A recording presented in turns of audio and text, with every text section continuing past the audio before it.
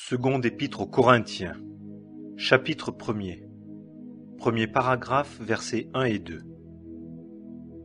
Paul, apôtre de Jésus-Christ par la volonté de Dieu, et Timothée, le frère, à l'assemblée de Dieu qui est à Corinthe, avec tous les saints qui sont dans l'Achaïe tout entière.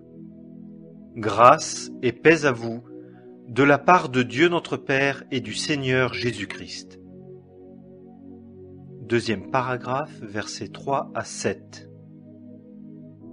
Béni soit le Dieu et Père de notre Seigneur Jésus-Christ, le Père des miséricordes et le Dieu de toute consolation, qui nous console à l'égard de toute notre affliction, afin que nous soyons capables de consoler ceux qui sont dans quelque affliction que ce soit, par la consolation dont nous sommes nous-mêmes consolés de Dieu. Car comme les souffrances du Christ abondent à notre égard, ainsi, par le Christ, notre consolation aussi abonde.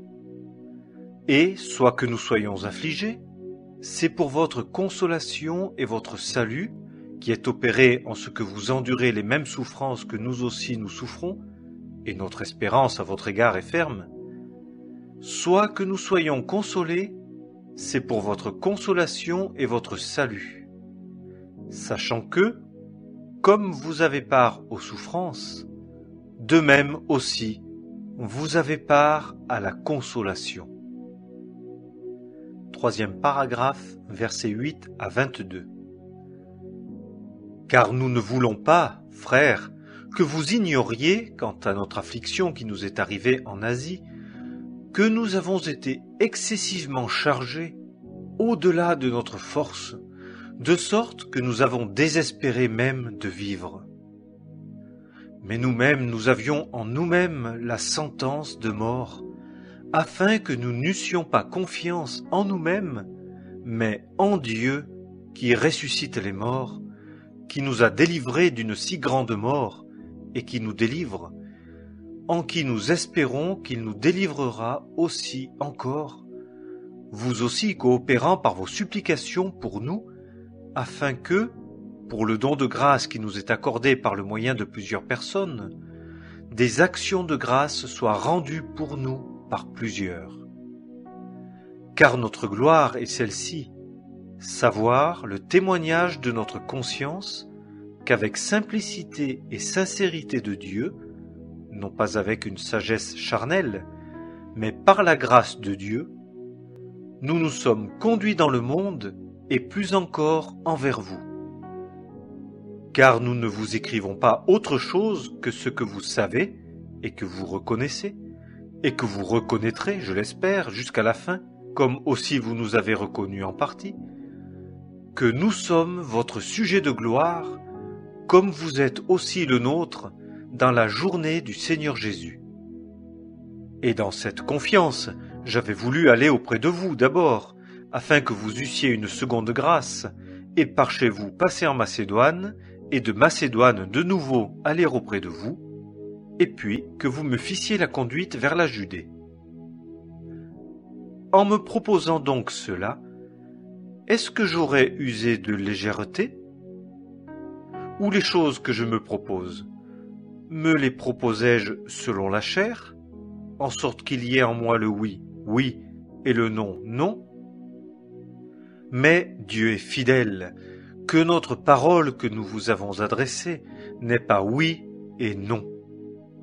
Car le Fils de Dieu, Jésus-Christ, qui a été prêché par nous au milieu de vous, savoir par moi et par Sylvain et par Timothée, n'a pas été oui et non, mais il y a oui en lui. Car autant il y a de promesses de Dieu, en lui est le oui, et en lui l'amen, à la gloire de Dieu par nous. Or, celui qui nous lie fermement avec vous à Christ, et qui nous a oints, c'est Dieu, qui aussi nous a scellés, et nous a donné les arts de l'Esprit dans nos cœurs. Quatrième paragraphe, versets 23 et 24. Or, moi, j'appelle Dieu à témoin sur mon âme, que ça a été pour vous épargner que je ne suis pas encore allé à Corinthe, non que nous dominions sur votre foi, mais nous coopérons à votre joie, car c'est par la foi que vous êtes debout. Seconde épître aux Corinthiens, chapitre 2, premier paragraphe, versets 1 à 4. Mais j'ai jugé ceci en moi-même, de ne pas retourner auprès de vous avec de la tristesse. Car si moi je vous attriste, qui est-ce donc qui me réjouit, sinon celui qui est attristé par moi? Et j'ai écrit ceci même, afin que, quand j'arriverai, je n'ai pas de tristesse de la part de ceux de qui je devais me réjouir, ayant cette confiance à l'égard de vous tous, que ma joie est celle de vous tous. Car je vous ai écrit dans une grande affliction et avec serrement de cœur, avec beaucoup de larmes, non afin que vous fussiez attristés, mais afin que vous connussiez l'amour que j'ai si abondamment pour vous. Deuxième paragraphe, versets 5 à 11. Mais si quelqu'un a causé de la tristesse, ce n'est pas moi qui l'a attristé, mais, en quelque sorte, afin que je ne vous surcharge pas, c'est vous tous. Il suffit, pour un tel homme, de cette punition qui lui a été infligée par le grand nombre, de sorte qu'au contraire vous devriez plutôt pardonner et consoler, de peur qu'un tel homme ne soit accablé par une tristesse excessive. C'est pourquoi je vous exhorte à ratifier envers lui votre amour. Car c'est aussi pour cela que je vous ai écrit, afin que je connaisse, à l'épreuve, si vous êtes obéissants en toutes choses. Or, à celui à qui vous pardonnez quelque chose, moi aussi je pardonne. Car moi aussi, ce que j'ai pardonné, si j'ai pardonné quelque chose, je l'ai fait à cause de vous dans la personne de Christ, afin que nous ne soyons pas circonvenus par Satan, car nous n'ignorons pas ses desseins. Troisième paragraphe, versets 12 à 17. Or, étant arrivé dans la Troade pour l'évangile du Christ, et une porte m'y étant ouverte dans le Seigneur, je n'ai point eu de repos dans mon esprit, parce que je n'ai pas trouvé Tite mon frère. Mais, ayant pris congé d'eux, je suis parti pour la Macédoine. Or, grâce à Dieu, qui nous mène toujours en triomphe dans le Christ, et manifeste par nous l'odeur de sa connaissance en tout lieu. Car nous sommes la bonne odeur de Christ pour Dieu, à l'égard de ceux qui sont sauvés et à l'égard de ceux qui périssent. Aux uns, une odeur de mort pour la mort, et aux autres, une odeur de vie pour la vie. Et qui est suffisant pour ces choses? Car nous ne sommes pas comme plusieurs qui frelatent la parole de Dieu, mais comme avec sincérité, comme de la part de Dieu, devant Dieu, nous parlons en Christ. Seconde épître aux Corinthiens, chapitre 3. Premier paragraphe, versets 1 à 6. Commençons-nous de nouveau à nous recommander nous-mêmes? Ou avons-nous besoin, comme quelques-uns, de lettres de recommandation pour vous ou de lettres de recommandation de votre part? Vous êtes, vous, notre lettre, écrite dans nos cœurs, connue et lue de tous les hommes. Car vous êtes manifestés comme étant la lettre de Christ, dressée par notre ministère, écrite non avec de l'encre, mais par l'Esprit du Dieu vivant, non sur des tables de pierre, mais sur les tables de chair du cœur. Or nous avons une telle confiance par le Christ envers Dieu, non que nous soyons capables par nous-mêmes de penser quelque chose comme de nous-mêmes, mais notre capacité vient de Dieu, qui nous a rendus propres aussi pour être des ministres de la nouvelle alliance, non de la lettre, mais de l'esprit, car la lettre tue, mais l'esprit vivifie. Deuxième paragraphe, versets 7 à 18. Or, si le ministère de la mort, gravé en lettres sur des pierres, a été introduit avec gloire, de sorte que les fils d'Israël ne pouvaient arrêter leurs yeux sur la face de Moïse à cause de la gloire de sa face, laquelle devait prendre fin, combien plus le ministère de l'Esprit ne subsistera-t-il pas en gloire? Car si le ministère de la condamnation a été gloire, combien plus le ministère de la justice abonde-t-il en gloire? Car aussi ce qui a été glorifié n'a pas été glorifié sous ce rapport, à cause de la gloire qu'il emporte de beaucoup. Car si ce qui devait prendre fin a été introduit avec gloire, bien plus ce qui demeure subsistera-t-il en gloire. Ayant donc une telle espérance, nous usons d'une grande liberté, et nous ne faisons pas comme Moïse qui mettait un voile sur sa face pour que les fils d'Israël n'arrêtassent pas leurs yeux sur la consommation de ce qui devait prendre fin. Mais leurs entendements ont été endurcis, car jusqu'à aujourd'hui, dans la lecture de l'Ancienne Alliance, ce même voile demeure sans être levé, lequel prend fin en Christ. Mais jusqu'à aujourd'hui, lorsque Moïse est lu, le voile demeure sur leur cœur. Mais quand il se tournera vers le Seigneur, le voile sera ôté. Or, le Seigneur est l'Esprit. Mais là où est l'Esprit du Seigneur, il y a la liberté. Or, nous tous, contemplant à face découverte la gloire du Seigneur, nous sommes transformés en la même image, de gloire en gloire, comme par le Seigneur en esprit. Seconde épître aux Corinthiens, chapitre 4. Premier paragraphe, versets 1 à 6. C'est pourquoi, ayant ce ministère comme ayant obtenu miséricorde, nous ne nous lassons point, mais nous avons entièrement renoncé aux choses honteuses qui se font en secret, ne marchant point avec ruse et ne falsifiant point la parole de Dieu, mais, par la manifestation de la vérité, nous recommandant nous-mêmes à toute conscience d'homme devant Dieu. Et si aussi notre évangile est voilé, il est voilé en ceux qui périssent, en lesquels le Dieu de ce siècle a aveuglé les pensées des incrédules, pour que la lumière de l'évangile de la gloire du Christ, qui est l'image de Dieu, ne resplendit pas pour eux. Car nous ne nous prêchons pas nous-mêmes, mais nous prêchons le Christ Jésus comme Seigneur, et nous-mêmes comme vos esclaves pour l'amour de Jésus.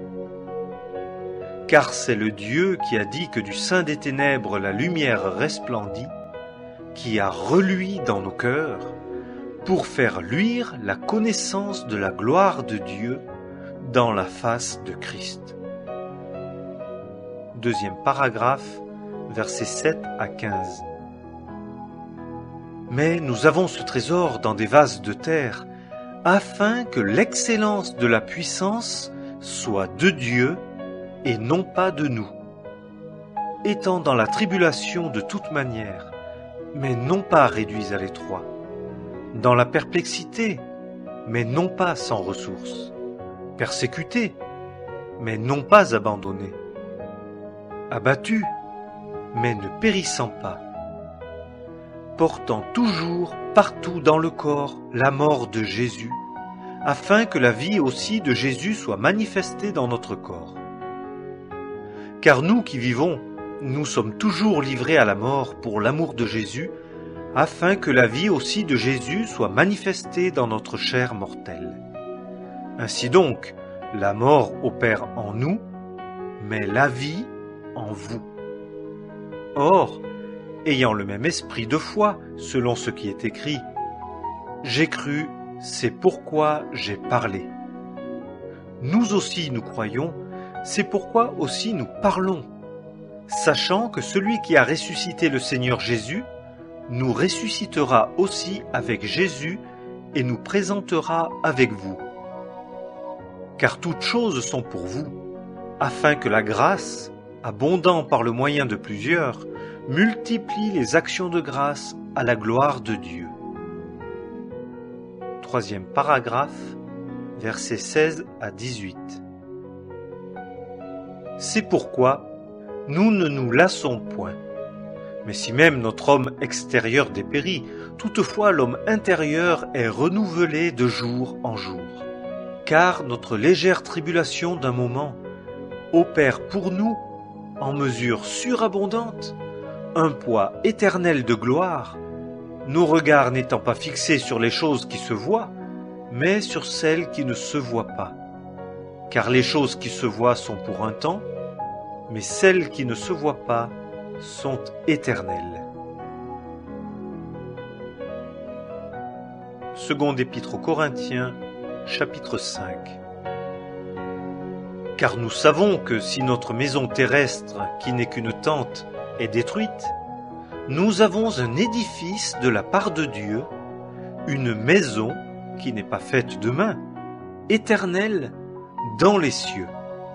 Car aussi dans cette tente, nous gémissons, désirant avec ardeur d'avoir revêtu notre domicile qui est du ciel, si toutefois, même en étant vêtus, nous ne sommes pas trouvés nus. Car aussi, nous qui sommes dans la tente, nous gémissons étant chargés. Non pas que nous désirions d'être dépouillés, mais nous désirons d'être revêtus, afin que ce qui est mortel soit absorbé par la vie. Or, celui qui nous a formés à cela même, c'est Dieu, qui nous a aussi donné les arts de l'esprit. Nous avons donc toujours confiance, et nous savons qu'étant présents dans le corps, nous sommes absents du Seigneur, car nous marchons par la foi, non par la vue. Nous avons, dis-je, de la confiance, et nous aimons mieux être absents du corps et être présents avec le Seigneur. C'est pourquoi aussi, que nous soyons présents ou que nous soyons absents, nous nous appliquons avec ardeur à lui être agréables. Car il faut que nous soyons tous manifestés devant le tribunal du Christ, afin que chacun reçoive les choses accomplies dans le corps, selon ce qu'il aura fait, soit bien, soit mal. Connaissant donc combien le Seigneur doit être craint, nous persuadons les hommes. Mais nous avons été manifestés à Dieu, et j'espère aussi que nous avons été manifestés dans vos consciences. Nous ne nous recommandons pas de nouveau à vous, mais nous vous donnons occasion de vous glorifier de nous, afin que vous ayez de quoi répondre à ceux qui se glorifient extérieurement et non pas du cœur. Car si nous sommes hors de nous-mêmes, c'est pour Dieu. Si nous sommes de sens rassis, c'est pour vous. Car l'amour de Christ nous étreint, en ce que nous avons jugé ceci, que si un est mort pour tous, tous donc sont morts, et qu'il est mort pour tous, afin que ceux qui vivent ne vivent plus pour eux-mêmes, mais pour celui qui pour eux est mort et a été ressuscité. En sorte que nous, désormais, nous ne connaissons personne selon la chair. Et si même nous avons connu Christ selon la chair, toutefois maintenant, nous ne le connaissons plus ainsi. En sorte que si quelqu'un est en Christ, c'est une nouvelle création. Les choses vieilles sont passées, voici, toutes choses sont faites nouvelles, et toutes sont du Dieu qui nous a réconciliés avec lui-même par Christ, et qui nous a donné le service de la réconciliation, savoir que Dieu était en Christ, réconciliant le monde avec lui-même, ne leur imputant pas leurs fautes, et mettant en nous la parole de la réconciliation. Nous sommes donc ambassadeurs pour Christ, Dieu, pour ainsi dire, exhortant par notre moyen. Nous supplions pour Christ, soyez réconciliés avec Dieu. Celui qui n'a pas connu le péché, il l'a fait pécher pour nous, afin que nous devinssions justice de Dieu en lui. Seconde épître aux Corinthiens, chapitre 6. Premier paragraphe, versets 1 à 10. Or, travaillant à cette même œuvre, nous aussi, nous exhortons à ce que vous n'ayez pas reçu la grâce de Dieu en vain. Car il dit, Au temps agréé, je t'ai exaucé, et en un jour de salut, je t'ai secouru. Voici, c'est maintenant le temps agréable, voici, c'est maintenant le jour du salut. Ne donnant aucun scandale en rien, afin que le service ne soit pas blâmé, mais en toute chose, nous recommandant comme serviteurs de Dieu, par une grande patience, dans les tribulations, dans les nécessités, dans les détresses, sous les coups, dans les prisons, dans les troubles, dans les travaux, dans les veilles, dans les jeûnes, par la pureté, par la connaissance, par la longanimité, par la bonté, par l'Esprit Saint, par un amour sans hypocrisie, par la parole de la vérité, par la puissance de Dieu, par les armes de justice de la main droite et de la main gauche, dans la gloire et dans l'ignominie, dans la mauvaise et dans la bonne renommée, comme séducteur et véritable, comme inconnu et bien connu, comme mourant et voici nous vivons, comme châtié et non mis à mort, comme attristé mais toujours joyeux, comme pauvre mais enrichissant plusieurs, comme n'ayant rien et possédant toutes choses. Deuxième paragraphe, versets 11 à 18. Notre bouche est ouverte pour vous, ô Corinthiens. Notre cœur s'est élargi. Vous n'êtes pas à l'étroit en nous, mais vous êtes à l'étroit dans vos entrailles. Et en juste récompense, je vous parle comme à mes enfants. Élargissez-vous, vous aussi.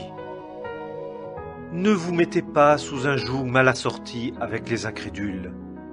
Car quelle participation y a-t-il entre la justice et l'iniquité? Ou quelle communion entre la lumière et les ténèbres? Et quel accord de Christ avec Béliard? Ou quelle part a le croyant avec l'incrédule? Et quelle convenance y a-t-il entre le temple de Dieu et les idoles? Car vous êtes le temple du Dieu vivant, selon ce que Dieu a dit, « J'habiterai au milieu d'eux, et j'y marcherai, et je serai leur Dieu, et eux seront mon peuple. » C'est pourquoi sortez du milieu d'eux, et soyez séparés, dit le Seigneur, et ne touchez pas à ce qui est impur, et moi je vous recevrai. Et je vous serai pour père, et vous me serez pour fils et pour fille, dit le Seigneur le Tout-Puissant. Ayant donc ces promesses, bien-aimés, purifions-nous nous-mêmes de toute souillure de chair et d'esprit, achevant la sainteté dans la crainte de Dieu. Seconde épître aux Corinthiens, chapitre 7. Premier paragraphe, verset 1. Ayant donc ces promesses, bien-aimés, purifions-nous nous-mêmes de toute souillure de chair et d'esprit, achevant la sainteté dans la crainte de Dieu. Deuxième paragraphe, versets 2 à 16. Recevez-nous. Nous n'avons fait tort à personne. Nous n'avons ruiné personne. Nous ne nous sommes enrichis aux dépens de personne. Je ne dis pas ceci pour vous condamner, car j'ai déjà dit que vous êtes dans nos cœurs à mourir ensemble et à vivre ensemble. Ma franchise est grande envers vous. Je me glorifie grandement de vous. Je suis rempli de consolation. Ma joie surabonde au milieu de toute notre affliction. Car aussi, lorsque nous arrivâmes en Macédoine, notre chair n'eut aucun repos, mais nous fûmes affligés en toute manière. Au dehors, des combats. Au dedans, des craintes. Mais celui qui console ceux qui sont abaissés, Dieu, nous a consolés par la venue de Tite, et non seulement par sa venue, mais aussi par la consolation dont il a été rempli à votre sujet en nous racontant votre grand désir, vos larmes, votre affection ardente envers moi, de sorte que je me suis d'autant plus réjoui. Car si aussi je vous ai attristé par ma lettre, je n'en ai pas de regret, si même j'en ai eu du regret, car je vois que cette lettre vous a attristé, lors même que ce n'a été que pour un temps. Maintenant je me réjouis, non de ce que vous avez été attristé, mais de ce que vous avez été attristé à repentance. Car vous avez été attristé selon Dieu, afin qu'en rien vous ne receviez de préjudice de notre part. Car la tristesse qui est selon Dieu opère une repentance à salut dont on n'a pas de regret, mais la tristesse du monde opère la mort. Car voici, ce fait même que vous avez été attristé selon Dieu, quel empressement il a produit en vous, mais quelles excuses, mais quelle indignation, mais quelle crainte, mais quel ardent désir, mais quel zèle, mais quelle vengeance. À tous égards, vous avez montré que vous êtes pur dans l'affaire. Ainsi, si même je vous ai écrit, ce n'a point été à cause de celui qui vous a fait le tort, ni à cause de celui à qui on a fait tort, mais afin que le zèle que nous avons pour vous vous fût manifesté devant Dieu. C'est pourquoi nous avons été consolés. Et nous nous sommes réjouis d'autant plus abondamment, dans notre consolation, de la joie de Tite, parce que son esprit a été récréé par vous tous. Parce que, si en quelque chose je me suis glorifié de vous auprès de lui, je n'en ai pas été confus, mais comme nous vous avons dit toutes choses selon la vérité, ainsi aussi ce dont nous nous étions glorifiés auprès de Tite s'est trouvé vrai, et son affection se porte plus abondamment sur vous, quand il se souvient de l'obéissance de vous tous, comment vous l'avez reçu avec crainte et tremblement. Je me réjouis de ce qu'en toute chose, j'ai de la confiance à votre égard. Seconde épître aux Corinthiens, chapitre 8. Premier paragraphe, versets 1 à 15. Or nous vous faisons connaître, frères, la grâce de Dieu donnée aux saints dans les assemblées de la Macédoine, c'est que, dans une grande épreuve de tribulation, l'abondance de leur joie et leur profonde pauvreté ont abondé dans la richesse de leur libéralité. Car selon leur pouvoir, j'en rends témoignage, et au-delà de leur pouvoir, ils ont agi spontanément, nous demandant avec de grandes instances la grâce et la communion de ce service envers les saints. Et non seulement comme nous l'avions espéré, mais ils se sont donnés premièrement eux-mêmes au Seigneur, et puis à nous par la volonté de Dieu, de sorte que nous avons exhorté Tite, afin que, comme il l'avait auparavant commencé, ainsi aussi il acheva à votre égard cette grâce aussi. Mais comme vous abondez en toutes choses, en foi et en parole et en connaissance et en toute diligence, et dans votre amour envers nous, que vous abondiez aussi dans cette grâce. Je ne parle pas comme donnant un commandement, mais à cause de la diligence d'autres personnes et pour mettre à l'épreuve la sincérité de votre amour. Car vous connaissez la grâce de notre Seigneur Jésus-Christ, comment, étant riche, il a vécu dans la pauvreté pour vous, afin que par sa pauvreté vous fussiez enrichis. Et en cela je vous donne un avis, car cela vous est profitable, à vous qui avez déjà commencé dès l'année passée non seulement de faire, mais aussi de vouloir. Or maintenant, achevez aussi de faire, de sorte que, comme vous avez été prompt à vouloir, ainsi aussi vous soyez prompt à achever en prenant sur ce que vous avez. Car si la promptitude à donner existe, elle est agréable selon ce qu'on a, non selon ce qu'on n'a pas.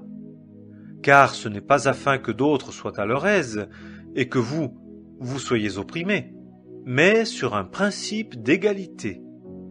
Que dans le temps présent, votre abondance supplée à leurs besoins, afin qu'aussi leur abondance supplée à vos besoins, de sorte qu'il y ait égalité, selon ce qu'il est écrit. Celui qui recueillait beaucoup n'avait pas plus, et celui qui recueillait peu n'avait pas moins. Deuxième paragraphe, versets 16 à 24.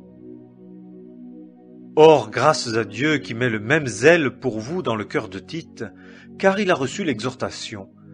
Mais, étant très zélé, il est allé spontanément auprès de vous. Et nous avons envoyé avec lui le frère dont la louange dans l'Évangile est répandue dans toutes les assemblées.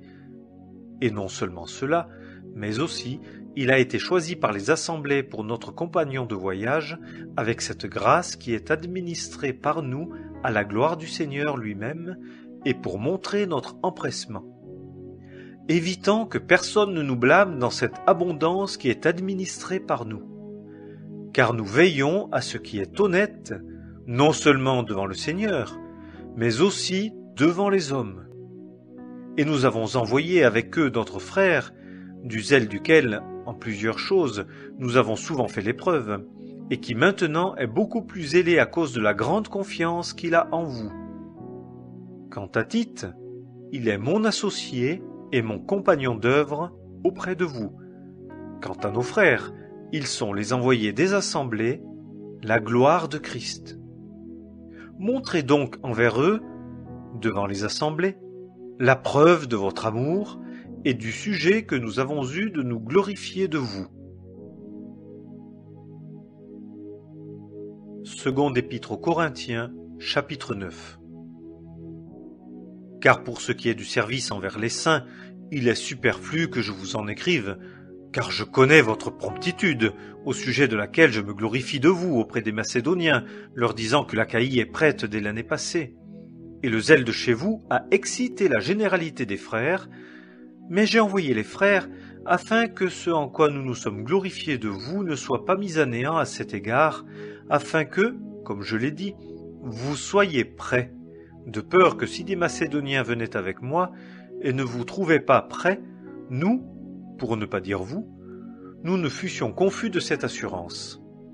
J'ai donc estimé nécessaire de prier les frères d'aller au préalable vers vous et de compléter d'avance votre libéralité annoncée d'avance, afin qu'elle soit ainsi prête comme une libéralité et non comme une chose extorquée. Or je dis ceci, celui qui sème chichement, moissonnera aussi chichement, et celui qui sème libéralement, moissonnera aussi libéralement. Que chacun fasse selon qu'il se l'est proposé dans son cœur, non à regret ou par contrainte, car Dieu aime celui qui donne joyeusement. Mais Dieu est puissant pour faire abonder toute grâce envers vous, afin qu'ayant toujours en toute chose tout ce qui suffit, vous abondiez pour toute bonne œuvre, selon qu'il est écrit, « Il a répandu, il a donné aux pauvres, sa justice demeure éternellement. » Or, celui qui fournit de la semence au semeur et du pain à manger, fournira et multipliera votre semence et augmentera les fruits de votre justice, étant de toute manière enrichi pour une entière libéralité, qui produit par nous des actions de grâce à Dieu. Parce que l'administration de cette charge non seulement comble les besoins des saints, mais aussi abonde par beaucoup d'actions de grâce rendues à Dieu, puisque, par l'expérience qu'ils font de ce service, ils glorifient Dieu pour la soumission dont vous faites profession à l'égard de l'Évangile du Christ, et pour la libéralité de vos dons envers eux et envers tous, et par les supplications qu'ils font pour vous, étant animés d'une ardente affection envers vous, à cause de la surabondante grâce de Dieu qui repose sur vous. Grâce à Dieu pour son don inexprimable. Seconde épître aux Corinthiens, chapitre 10. Or moi-même, Paul, je vous exhorte par la douceur et la débonnaire du Christ, moi qui, présent, quant à l'apparence suis chétif au milieu de vous, mais qui, absent, use de hardiesse envers vous. Mais je vous supplie que, lorsque je serai présent, je n'use pas de hardiesse avec cette assurance avec laquelle je pense que je prendrai sur moi d'agir envers quelques-uns qui pensent que nous marchons selon la chair. Car en marchant dans la chair, nous ne combattons pas selon la chair. Car les armes de notre guerre ne sont pas charnelles, mais puissantes par Dieu pour la destruction des forteresses, détruisant les raisonnements et toute hauteur qui s'élève contre la connaissance de Dieu et amenant toute pensée captive à l'obéissance du Christ, et étant prêt à tirer vengeance de toute désobéissance après que votre obéissance aura été rendue complète. Considérez-vous les choses selon l'apparence? Si quelqu'un a la confiance en lui-même d'être à Christ, qu'il pense encore ceci en lui-même, que, comme lui-même est à Christ, ainsi nous aussi, nous sommes à Christ.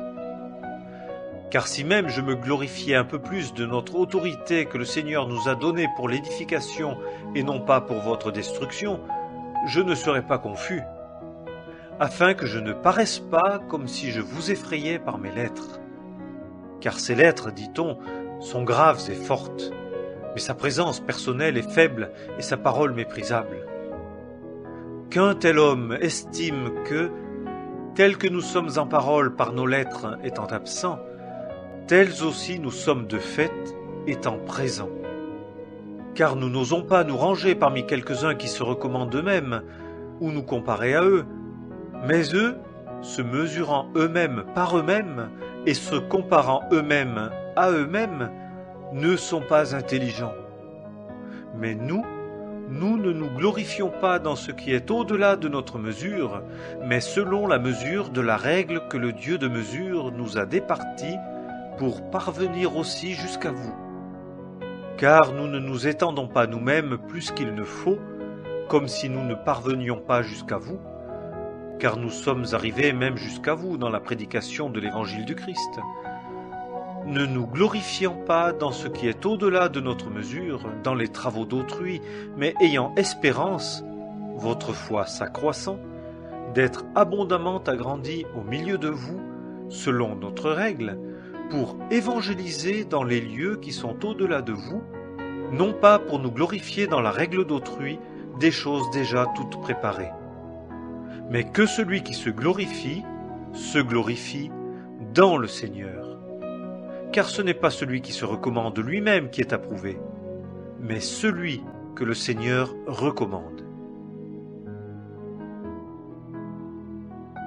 Seconde épître aux Corinthiens, chapitre 11. Premier paragraphe, versets 1 à 15. Je voudrais que vous supportassiez un peu ma folie, mais aussi supportez-moi, car je suis jaloux à votre égard d'une jalousie de Dieu, car je vous ai fiancé à un seul mari pour vous présenter au Christ comme une vierge chaste.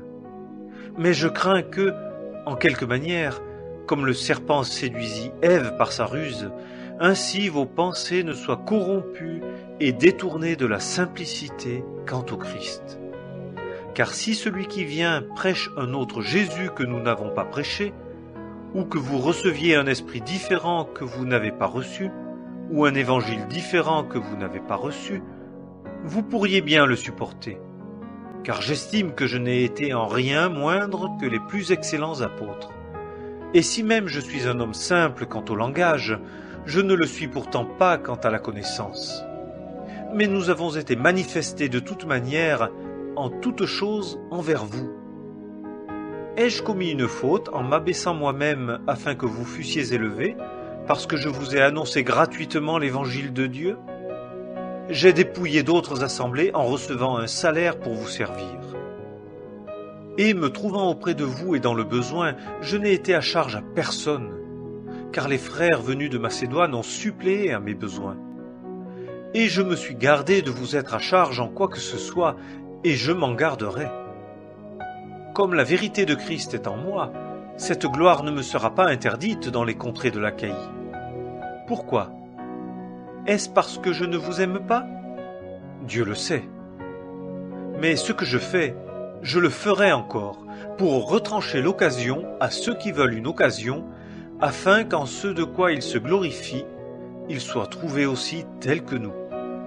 Car de tels hommes sont de faux apôtres, des ouvriers trompeurs, se transformant en apôtres de Christ, et ce n'est pas étonnant, car Satan lui-même se transforme en ange de lumière.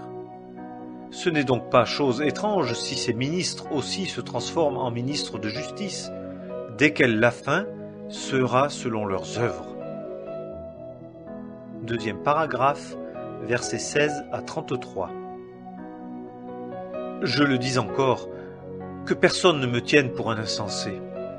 Ou bien, s'il en est autrement, recevez-moi, même comme un insensé, afin que moi aussi je me glorifie un peu. Ce que je dis, je ne le dis pas selon le Seigneur, mais comme un insensé, dans cette assurance dont j'use en me glorifiant. Puisque plusieurs se glorifient selon la chair, moi aussi je me glorifierai. Car vous supportez volontiers les insensés, étant sages vous-même.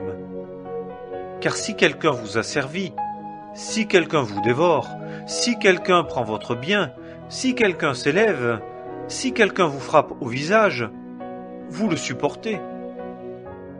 Je le dis pour ceux qui regardent le déshonneur, comme si nous avions été faibles.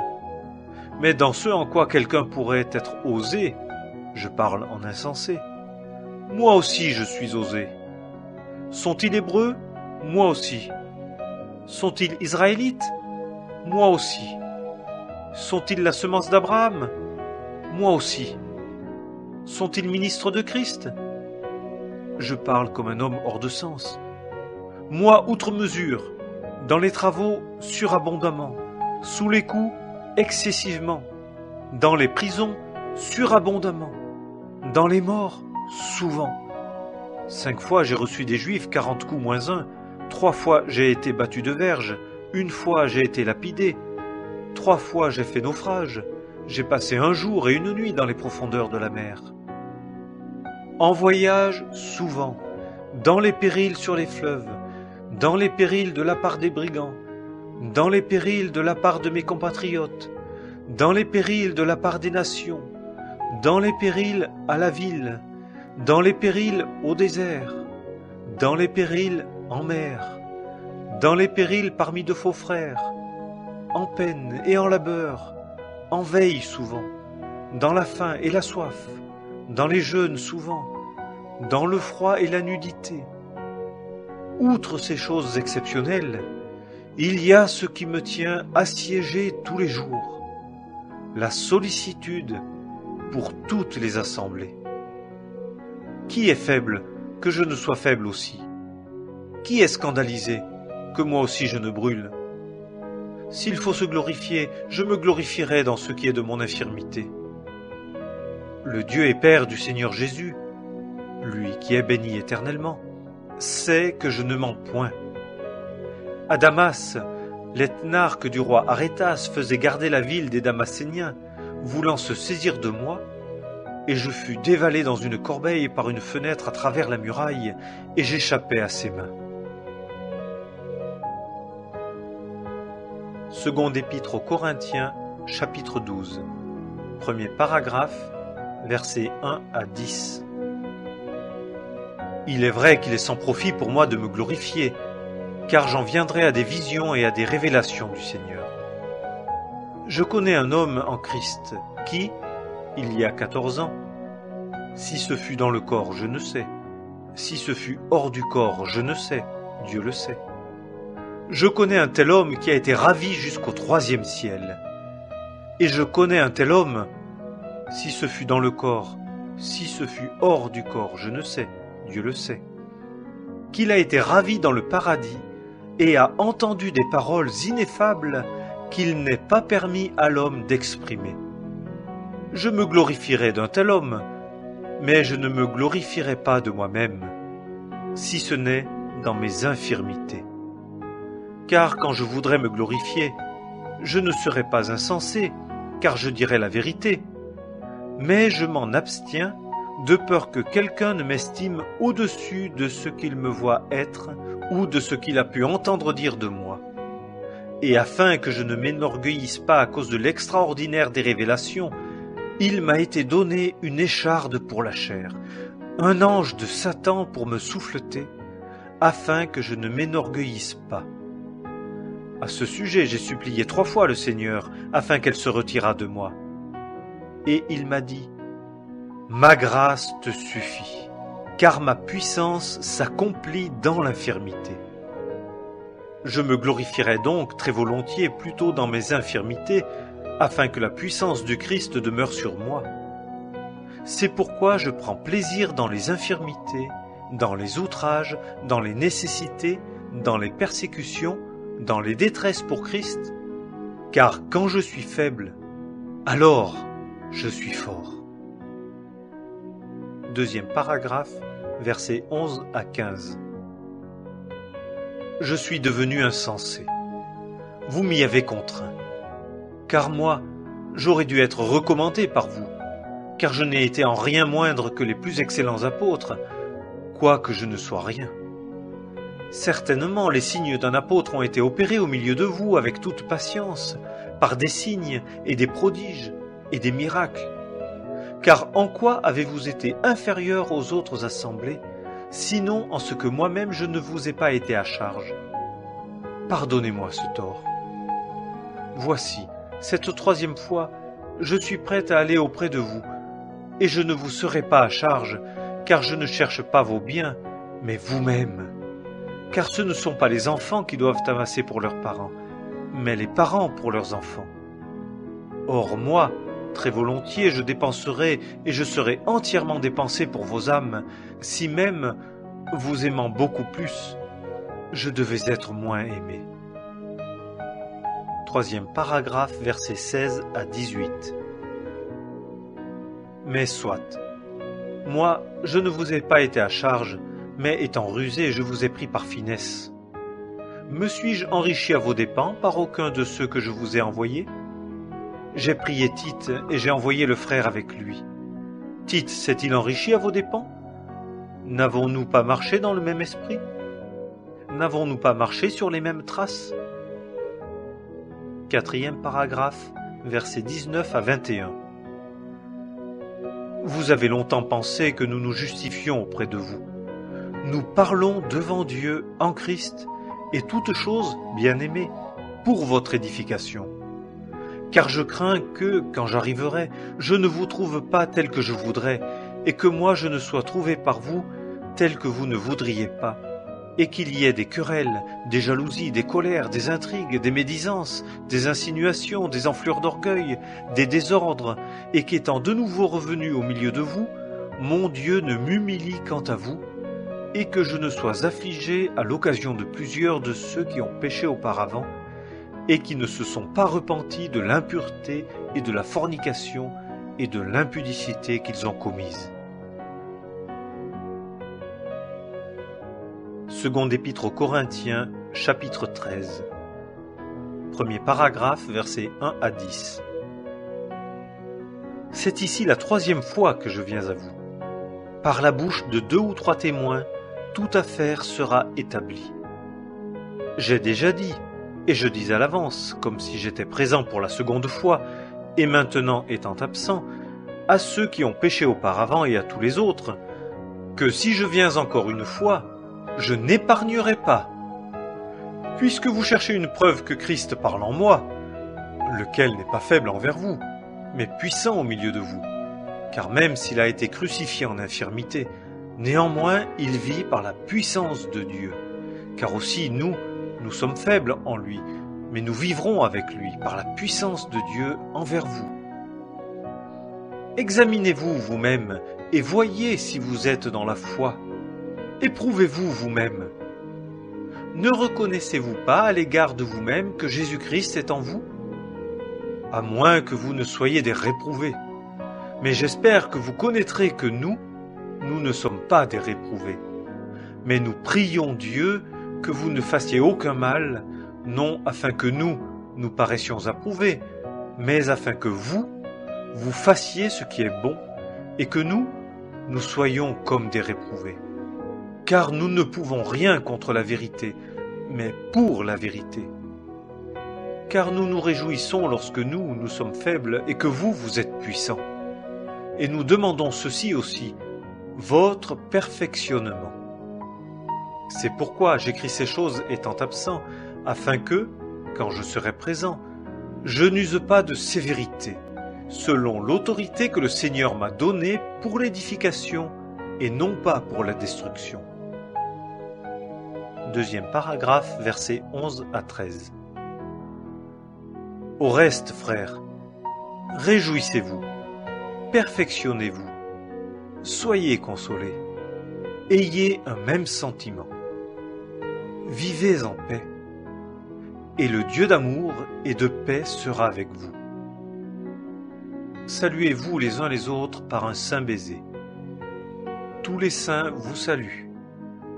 Que la grâce du Seigneur Jésus-Christ et l'amour de Dieu et la communion du Saint-Esprit soient avec vous tous.